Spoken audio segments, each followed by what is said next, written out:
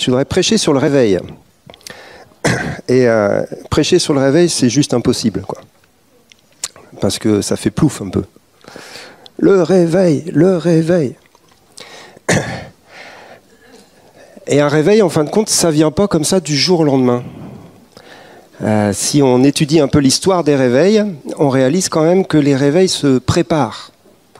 Et ils se préparent dans la prière principalement. Ils se préparent aussi par des petits sursauts de réveil qui préparent le grand réveil. Il y a plusieurs dimensions du réveil, et puis il y a comme des petits tchouk, tchouk, tchouk, tchouk, pouf. Et on est peut-être dans des temps où on fait des petits... Donc, c'est encourageant. Parce que s'il y a des petits sursauts, c'est qu'il y a peut-être un grand pic qui vient. Et je voudrais surtout parler, en fin de compte, de la prière pour le réveil. Et on va commencer avec un verset qui est très connu, qui se trouve dans Jean 15, et qui me travaille spécialement depuis plusieurs semaines. Vous le connaissez bien, Jean 15, verset 5. « Je suis le cep, vous êtes les sarments. Celui qui demeure en moi et en qui je demeure porte beaucoup de fruits. Car sans moi, vous ne pouvez rien faire. » Et moi, c'est la dernière phrase qui me travaille de plus en plus. « Car sans moi, vous ne pouvez rien faire. » Waouh!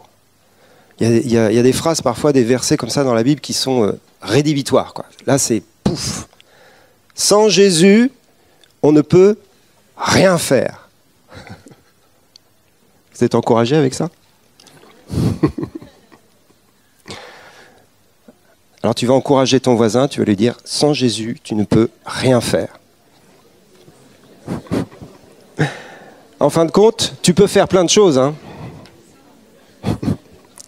Mais tu peux rien faire pour le réveil, justement. Jésus parle de porter beaucoup de fruits. Beaucoup de fruits, hein. On porte tous du fruit, on va s'encourager les uns les autres, hein. On porte du fruit. On en porte un petit peu. Mais là, il parle de porter beaucoup de fruits. Et il s'adresse à ses disciples. Et je vous assure, les disciples, ils vont porter beaucoup de fruits. Hein, il n'y a qu'à lire les Actes des Apôtres.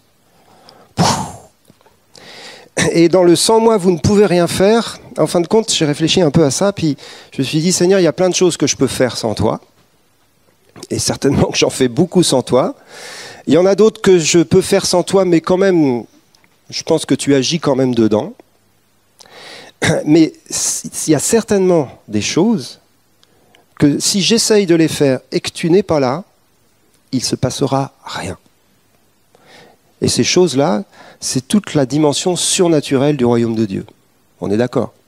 C'est-à-dire que si on prie pour les malades et que Jésus ne le fait pas avec nous, il ne se passe rien. Si on essaye de ressusciter un mort et que Jésus ne le fait pas avec nous, il ne se passe pas grand-chose.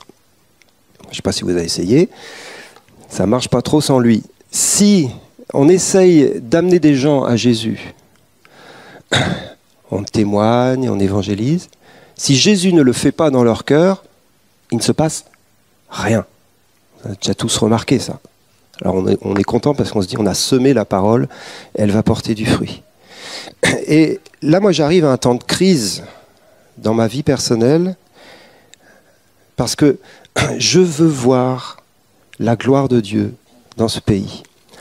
Et la gloire de Dieu, c'est la dimension surnaturelle du royaume de Dieu. Il y a plein de choses qui glorifient déjà le Seigneur. Mais il y a une dimension surnaturelle qui est à la porte, que l'on attend, dont on parle et dans laquelle on essaye de grandir, mais qu'il nous faut absolument. Il y a une urgence de Dieu. Il y a une urgence des temps. Et cette urgence des temps, elle nous fait crier, « Seigneur, si tu ne viens pas faire les choses avec nous, on ne va pas faire grand-chose. » On ne va pas faire grand-chose. Et pourtant, on se fatigue à la tâche. On travaille beaucoup pour le Seigneur. Mais il y a une dimension qu'on n'atteindra jamais sans lui. Il y a une dimension qu'on n'atteindra jamais sans une puissance puissante visitation du Saint-Esprit. La semaine prochaine, on va être en communion avec ce qu'ils vivent là-bas à Azusa Street. Je suis désolé, je ne pourrai pas venir, je ne suis pas là. Mais je serai en communion quand même. Parce qu'il y a une attente, ça a été partagé, on a expliqué qu'il y avait aussi des paroles prophétiques qui annonçaient cela. Bon, il y a quelque chose, il y a une attente internationale pour une visitation de Dieu. Peut-être elle viendra là, peut-être elle viendra le lundi. C'est mieux le lundi. Parce que le dimanche, il se passe toujours des trucs spirituels, le lundi, il n'y a plus rien. Si on a un réveil le lundi, je vous assure, ce sera un vrai réveil. Vous voyez ce que je veux dire? C'est ça qu'il nous faut, c'est un réveil du lundi. On parle de ça. Et c'est étonnant, on a étudié ça dans notre cours sur l'histoire de l'Église. Pour ceux qui y étaient, je voudrais vous lire un petit passage qui est un témoignage de M. Bartleman, qui est un des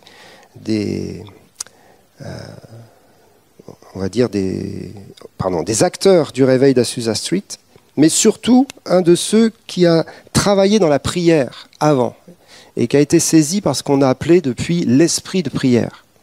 Et je pourrais en parler des heures, mais lui, il le fait beaucoup mieux que moi, donc je vais lire ce qu'il dit. Et c'est arrivé, ce que je vais dire, le 3 juillet 1905, alors que le réveil est arrivé le 9 avril 1906. D'accord ? Donc on est presque un an avant, 9 mois avant. 9 mois, c'est peut-être un signe d'ailleurs. Le 3 juillet 1905, Bartleman et son partenaire de prière, Bohémer, priaient dans une salle à Pasadena. Et d'ailleurs, ils priaient régulièrement, on appelait ça le réveil de Pasadena. C'était un réveil de prière. Lorsque le fardeau devint presque insupportable, ils crièrent comme des femmes sur le point d'accoucher. Lorsque le fardeau se fut apaisé, ils s'assirent juste un moment, appréciant le calme qui les enveloppait. Soudain, le Seigneur Jésus se révéla à eux, se tenant debout entre eux deux. C'est pas encore le réveil. Ils n'osèrent pas bouger. L'amour les transperça, et ils sentirent comme un feu brûlant les pénétrer. Bartleman écrirait plus tard « Mon être entier semblait s'écouler devant lui comme de la cire en présence du feu. Je perdis toute conscience du temps et de l'espace, n'étant conscient que de sa merveilleuse présence. Je l'adorais à ses pieds. Cela me semblait être une véritable montagne de la transfiguration. Je me perdis dans l'esprit pur. Le Seigneur ne nous avait rien dit, mais il avait seulement envahi nos esprits de sa présence. Il était venu nous fortifier et nous assurer de son soutien. Nous savions maintenant que nous étions ouvriers avec lui, des canaux intimes de ses souffrances dans le ministère d'enfantement des âmes. Un réel enfantement de l'âme est tout aussi réel dans l'esprit que les douleurs humaines de l'enfantement naturel. La similitude est presque parfaite dans sa similarité. Aucune âme n'a jamais été enfantée sans cela. Tous les véritables réveils du salut viennent de cette manière. Waouh! Ils ont vécu un truc là. Ils sont saisis dans la prière d'enfantement. Et une fois qu'ils sont apaisés, une fois que ce temps a été vécu par l'Esprit, ils s'assoient tous les deux, tranquilles, dans le repos, dans la paix. Et Jésus arrive. Ils ont Jésus au milieu d'eux. Et j'aime bien cette expression. Hein. Il est dit « Mon être entier semblait s'écouler devant lui comme de la cire en présence du feu. » Le feu. La présence de Jésus, c'est un feu qui est en train de consumer les intercesseurs. Et le Seigneur ne leur parle pas, mais d'un seul coup, ils ont l'assurance qu'ils sont co-ouvriers avec Dieu pour la préparation du salut qui va venir. Ils deviennent collaborateurs. Le Seigneur leur dit « Je suis avec vous en train d'enfanter ce réveil. » On est 9 mois avant le début de la visitation. Et ils ont déjà une telle présence de Dieu avec eux. Et lorsqu'on regarde un peu et on étudie ce qui se vivait à Pasadena, je vous assure, si on avait ce qui vivait à Pasadena aujourd'hui, on serait complètement content. D'accord ? Et pourtant, à Pasadena, ce qui vivait, c'était des cris, des larmes et des supplications parce qu'ils n'étaient pas satisfaits. Et pourtant, vous avez vu la présence de Jésus qu'ils avaient, quoi. Vous avez vu la dimension? Mais ils étaient saisis par l'esprit de prière. Et l'esprit de prière, on ne peut pas l'inventer, on ne peut pas l'imiter, on peut prier, et on prie tous. Mais l'esprit de prière, c'est quelque chose que le Saint-Esprit répand dans notre cœur pour nous préparer, ou en fin de compte, pour nous utiliser dans la préparation du salut qui vient. Parce qu'un réveil, il y a plein de dimensions du réveil, mais le cœur du réveil, c'est la révélation à nouveau renouvelée du salut. C'est le cœur du réveil. Après, il y a plein d'autres choses qui en découlent, et toutes les manifestations, et bien sûr les signes, les prodiges et les miracles. Mais c'est à nouveau Dieu qui se met en marche pour sauver des multitudes. Pour sauver par révélation de Christ, par révélation de la croix. Dans tous les réveils, il y a des temps de repentance.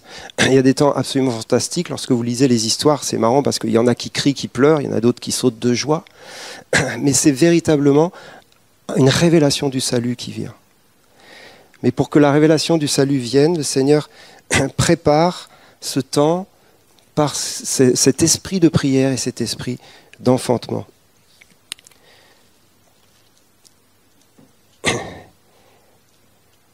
Moi, j'ai déjà été saisi, et plusieurs pourraient en témoigner dans leur propre vie, par cet esprit de prière. Je n'ai pas refait comment on dit, les anciens combattants, hein. Mais pour ceux qui ont vécu ces années 90 avec ce qu'on a appelé le réveil du vin nouveau, il y avait aussi des temps d'intercession par l'esprit de prière qui étaient fantastiques. Et on a été saisis par Dieu devant lui pendant des heures dans l'intercession.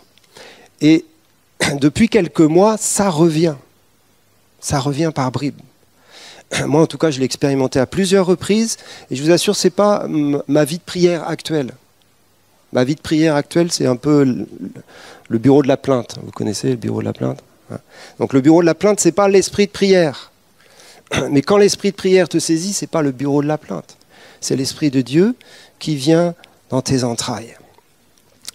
Et un premier verset que je voudrais vous donner par rapport à ça, c'est celui du psaume 27, 8, et qui est très encourageant. Ce verset dit « Mon cœur dit de ta part, cherchez ma face. Je cherche ta face, ô Éternel. » Excusez-moi, je le relis. « Mon cœur dit de ta part, cherchez ma face. Je cherche ta face, ô Éternel. » J'aime beaucoup ce verset, parce que ce verset ne commence pas par nous, il commence par Dieu. C'est pas « je cherche ta face, ô Éternel, et je vais te trouver ». Non, c'est « mon cœur dit de ta part, cherchez ma face ». C'est-à-dire qu'il y a une intention de Dieu, une initiative de Dieu qui commence en nous. Et ça, c'est le réveil, c'est le début du réveil. Et une initiative de Dieu, mais je pense c'est comme une étincelle. C'est comme quelque chose que l'on peut peut-être ne pas écouter ou peut-être étouffer si on ne la laisse pas grandir.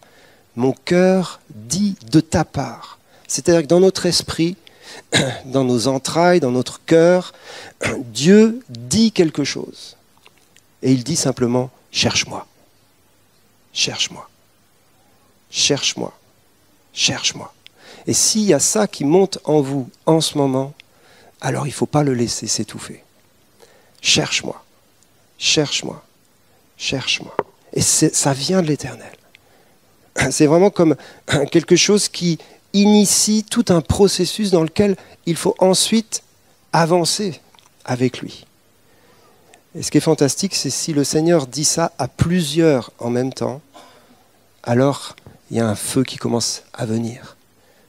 Cherche-moi, cherche-moi, cherchez-moi, cherchez-moi. Et on se réunit ensemble pour chercher la face de Dieu, mais c'est lui qui en est l'initiateur.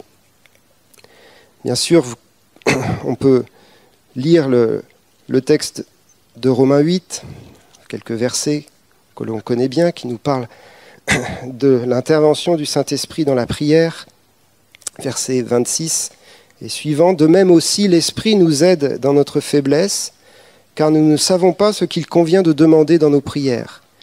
Mais l'Esprit lui-même intercède par des soupirs inexprimables Et celui qui sonde les cœurs connaît la pensée de l'Esprit, parce que c'est selon Dieu qu'il intercède en faveur des saints.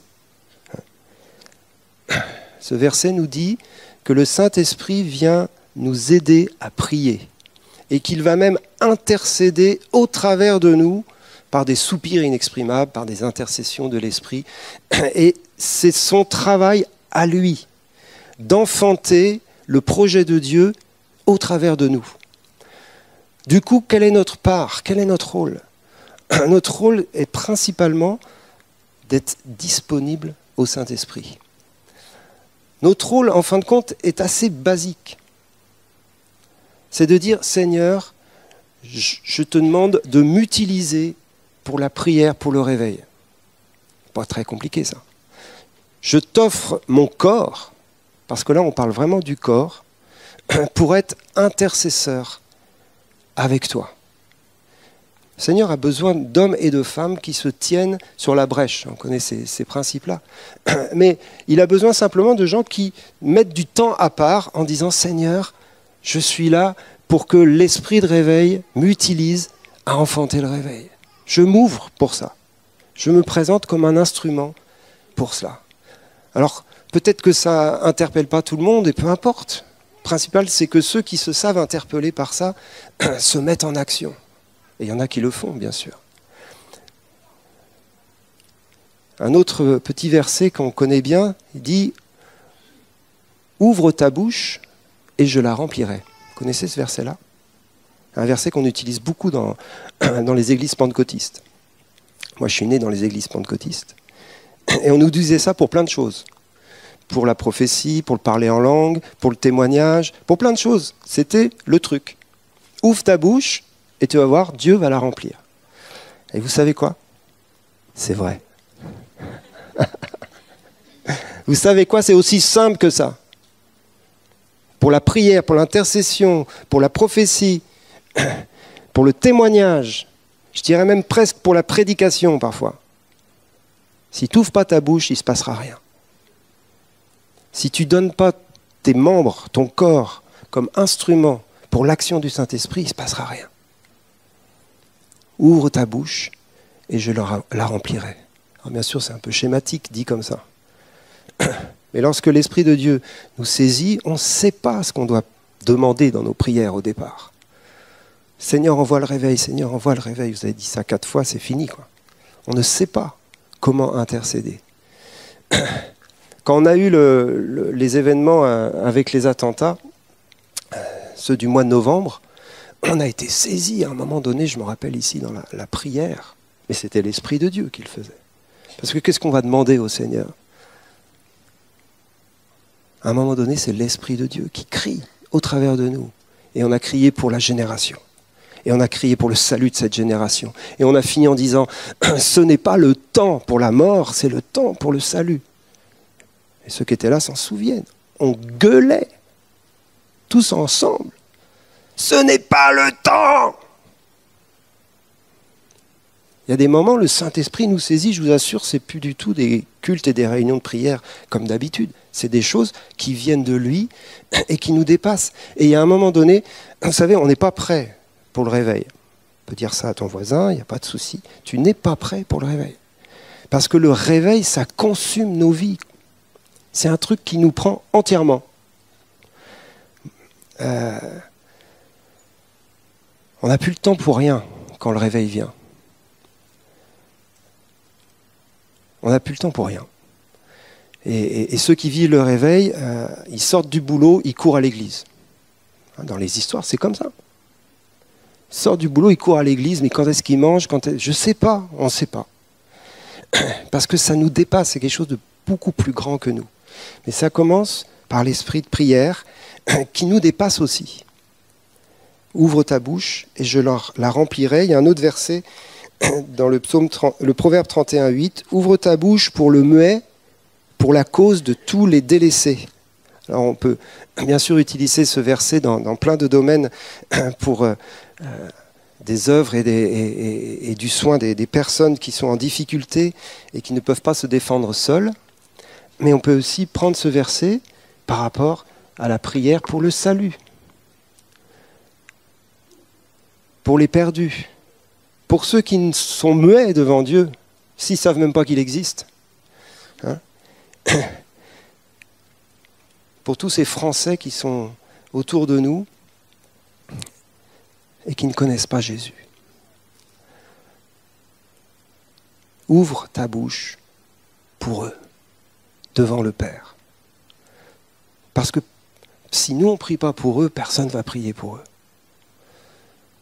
Et je ne suis absolument pas dans un truc qui veut vous obliger à faire quelque chose, vous comprenez bien. Parce qu'il n'y a que l'Esprit de Dieu qui peut nous conduire là. Mais c'est ce qu'il est en train de faire. C'est ce qu'il est en train de faire. On peut faire plein de choses pour Jésus. Mais ce qu'il nous faut, c'est Jésus, qui le fait avec nous. Et le salut, c'est quelque chose qui est miraculeux. Ce n'est pas quelque chose qui est le fruit d'une organisation humaine, ce n'est pas quelque chose qui est le fruit d'un travail d'évangélisation, même si c'est très bien de travailler à l'évangélisation.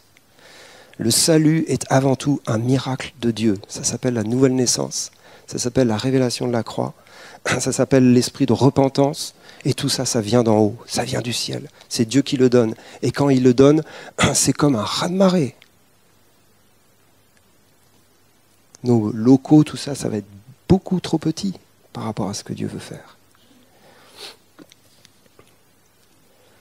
Il y a un lien direct entre l'esprit de prière et l'évangélisation, ou le témoignage. Et les deux choses sont en train d'être réveillées. Le Seigneur veut réveiller ces deux choses parallèlement. Le désir de chercher Dieu et d'être un instrument pour l'intercession, pour le réveil, et le désir d'être un instrument pour le salut. Les deux se réveillent parallèlement. C'est comme la conséquence l'une de l'autre. Et c'est quelque chose qui saisit les entrailles.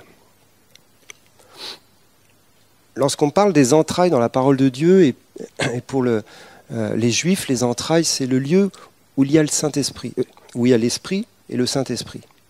C'est un lieu intime, intérieur, qui n'est pas du domaine du raisonnement, qui n'est pas du domaine de l'intelligence, qui n'est pas du domaine des sentiments habituels.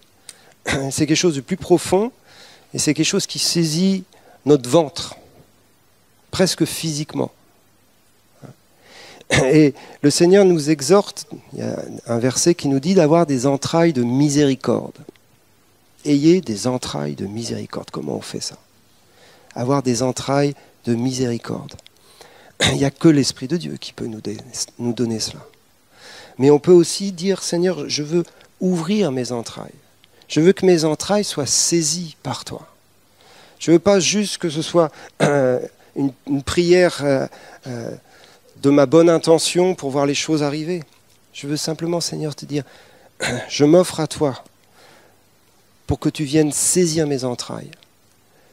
J'ouvre mes entrailles, j'ouvre mon cœur. Vous savez, il n'y a pas vraiment de mots pour vous dire ce que je suis en train de vous dire. Parce qu'il n'y a que l'Esprit de Dieu qui le fait. Mais il ne le fera pas sans nous. Vous vous rappelez, lorsque Jésus entre à Jérusalem, il doit accomplir la prophétie. Et pour accomplir la prophétie, il a besoin d'un petit ânon. Et il doit monter sur le petit ânon pour entrer à Jérusalem.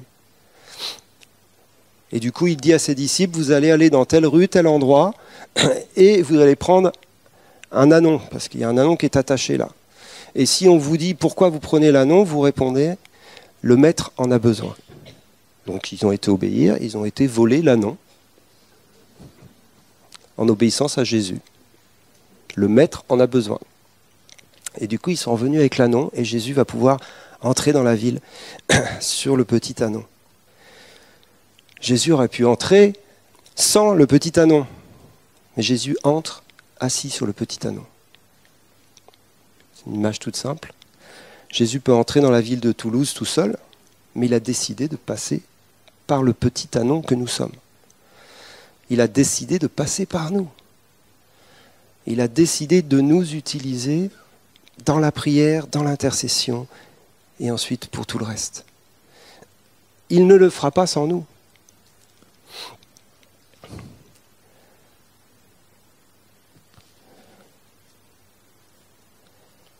Il y a un verset dans Marc 13, verset 11, que je vous lis,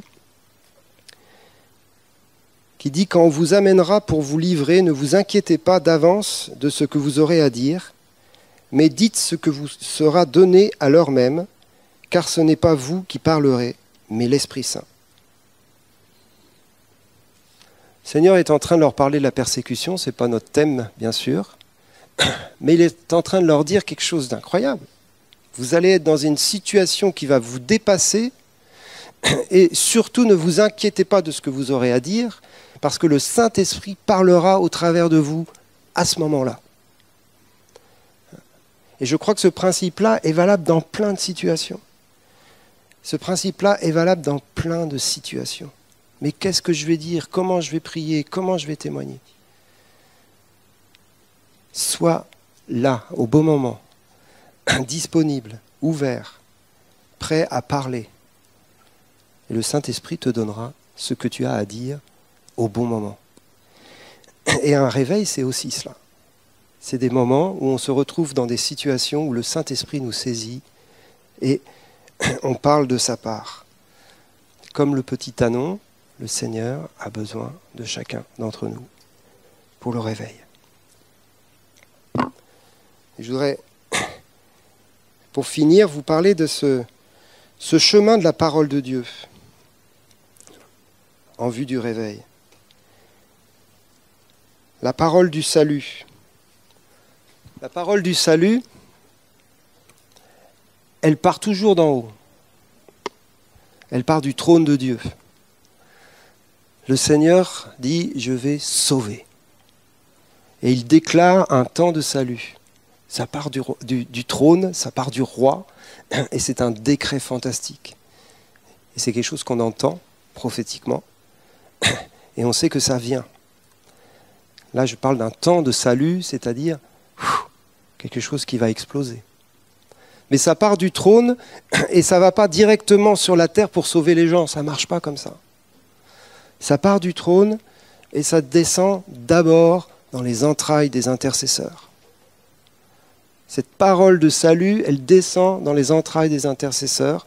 Pourquoi? Pour pouvoir remonter vers le trône au travers de l'être humain que nous sommes. Parce que Dieu cherche des intercesseurs qui vont crier avec lui pour le salut. Mes amis, nous ne sommes pas du tout intéressés par le salut des gens. Pourquoi je dis ça? C'est parce que si on était vraiment intéressé par le salut des gens, on ne ferait que ça, d'évangéliser tout le monde. Vous voyez ce que je veux dire?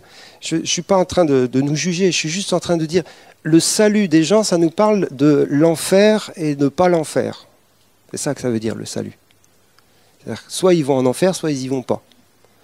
Si on a une révélation de l'enfer, on va se mettre à dire aux gens, surtout n'y allez pas. Vous voyez ce que je veux dire? Donc ça, on est complètement en décalage par rapport au message du salut. Même si intellectuellement on comprend tout, théologiquement, et puis on veut vraiment que les gens soient sauvés. Mais quand l'Esprit de Dieu envoie le message du salut dans nos cœurs, l'urgence du salut dans nos cœurs et dans le cœur des intercesseurs, ça devient un cri. Et c'est ça qu'ils ont vécu, les gars. Ça devient un cri. Ça devient une urgence, ça devient insoutenable, physiquement parlant.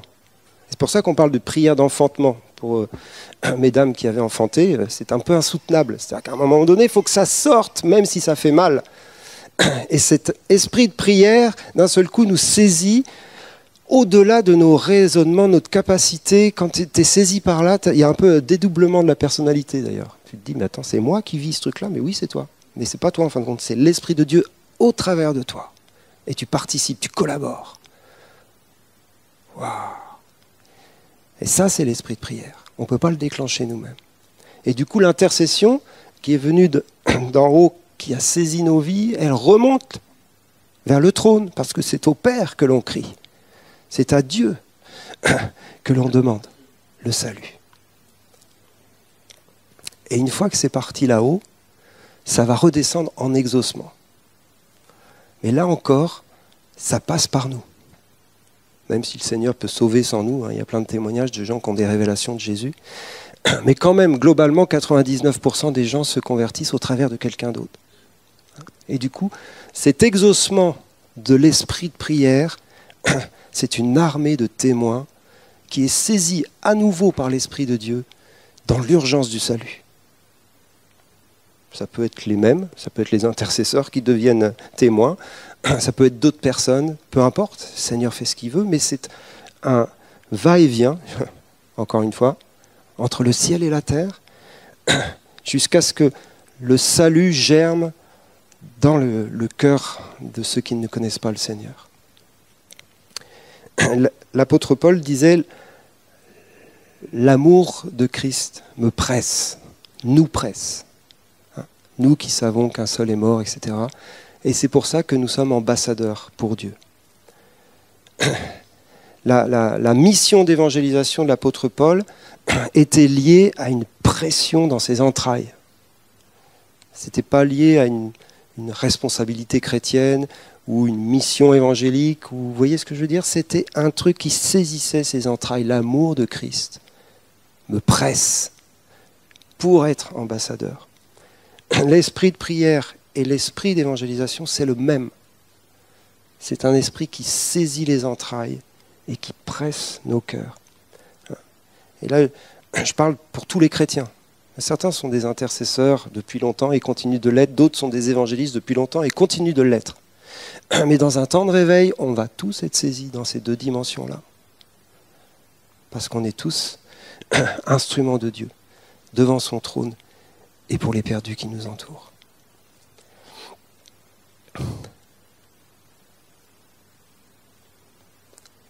Quand on a vécu ce temps de réveil, parce que c'était quand même un réveil, à l'époque de la bénédiction Toronto, le vin nouveau, etc., dans les années 90, je crois qu'on a loupé, en tout cas pour notre part sur Paris, la deuxième dimension du réveil.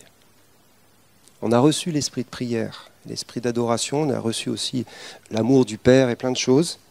Et on a loupé la dimension de l'évangélisation qui en découlait. Je me rappelle, à cette époque-là, on avait invité un homme qui s'appelle Jean Turpin. Peut-être vous avez entendu parler de Jean Turpin. Certains le connaissent. C'est un évangéliste canadien. Et il priait pour les gens en disant « Chauffe la calotte !» Il mettait la main sur la tête et les gens étaient bien chauffés. Fou. Mais c'était un évangéliste. Et on a organisé avec lui 3 réunions. C'était à Paris, dans cette dimension du réveil. Et la première réunion, c'était juste notre église, on devait être 50, 70, je ne sais plus combien on était. Et il y a eu un temps fantastique de visitation. Et il appelait au salut, il y a peut-être 2-3 personnes qui se sont avancées. Après, il a prié pour les malades, bon bref. Le lendemain, il y a eu une deuxième réunion.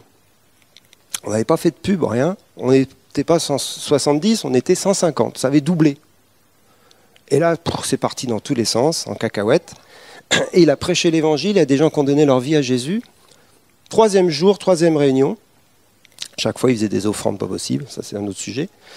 3e réunion, là on était, je ne sais plus, 180, 200.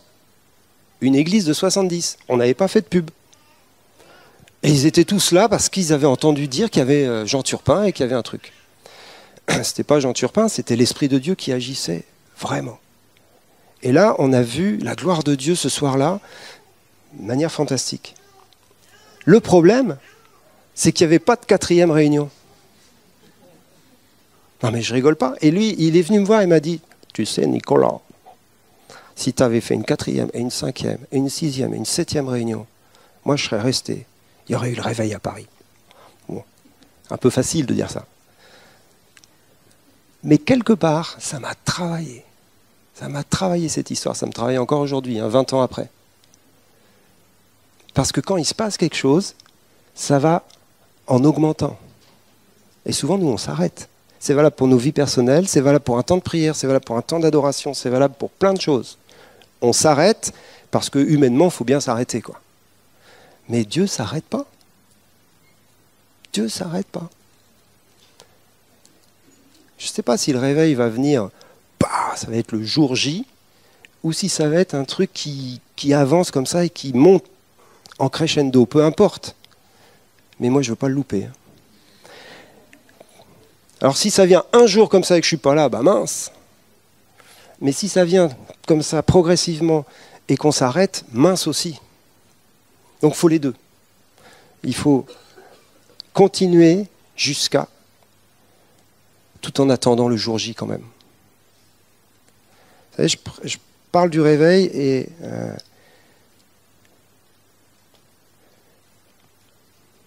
moi ça fait 30 ans que j'attends. Pas dur, 32 maintenant. Parce qu'on m'en a parlé dès que je me suis converti. Il m'a dit le réveil vient. Et j'y ai cru depuis le début, j'y crois. Le réveil vient pour la France et je continue d'y croire. Un peu ancien combattant, Fabienne a fait le même coup l'autre fois. Et je sais qu'il y en a qui n'y croient presque pas. Et des gens très sérieux et remplis du Saint-Esprit. Mais il dit ça ne sert à rien d'attendre le réveil parce que de toute façon, peut-être il vient pas. De toute façon, le principal, le réveil est en nous, l'Esprit de Dieu est en nous. On se bouge, on agit. Tout à fait d'accord avec cette théologie, je l'enseigne. L'Esprit de Dieu est en toi et tu y vas. Ça fait 32 ans que j'y vais. Ça fait 32 ans que j'y vais. Bon, il s'est passé des choses, je ne vais pas dire que c'était tout négatif. Mais par rapport aux besoins du salut dans ce pays, on n'a rien vu encore. On n'a rien vu et ce n'est pas normal qu'on ne voit pas la gloire de Dieu dans ce pays de France, alors que le Seigneur a suscité une génération qui se bagarre depuis des années pour voir le réveil. Donc il va y avoir un réveil. Il va y avoir un réveil dans ce pays. Et ce n'est pas grâce à moi ou aux anciens combattants, c'est grâce à toi. Ah, mince. Ah, tu n'avais pas attendu celle-là. Oui, c'est grâce à toi.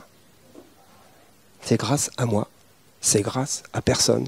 Mais c'est grâce à tout le monde. Comprenez-moi bien? Sans lui, on ne peut rien faire. Mais avec lui, ça va passer par nous, quoi.